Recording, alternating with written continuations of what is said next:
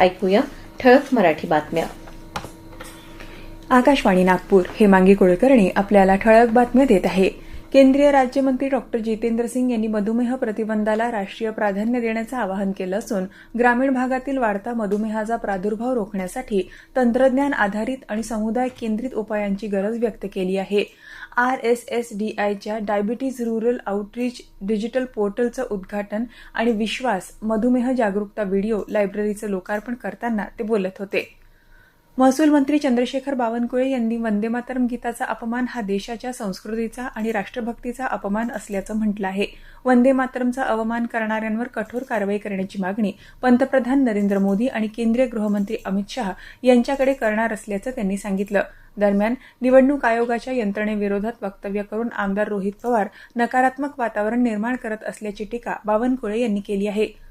काँग्रेस नेते राहुल गांधी यांनी UGC net परीक्षा फेरपरीक्षेवरून मोदी सरकार आणि राष्ट्रीय परीक्षा संस्थेवर टीका केली आहे.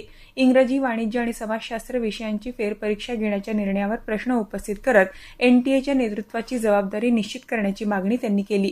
NTAने या 3 विषयांची फेरपरीक्षा अनुक्रमे 9 आणि 10 सप्टेंबर रोजी घेण्याची घोषणा केली आहे.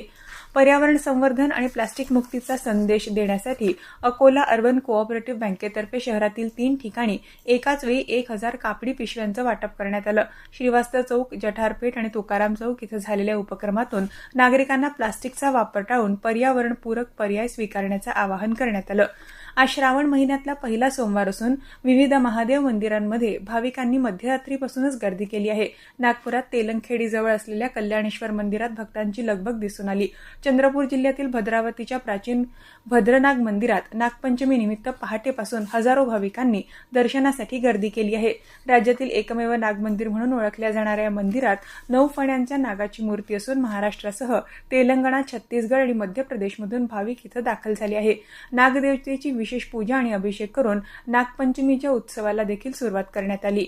भारत आणि श्रीलंका यांच्यात सुरू असलेल्या पहिल्या कसोटी क्रिकेट सामन्यात कालच्या दुसऱ्या दिवसअखेर भारतानं 9 गडी गमावून 460 धावा केल्या आहे. पावसाच्या व्यत्ययामुळे कालचा खेळ काहीसा उशिरा सुरू झाला. याबरोबरच हे ठळक बातमीपत्र संपलं. यापुढे ठळक बातमीपत्र 11:57 ऐकता येईल. नमस्कार.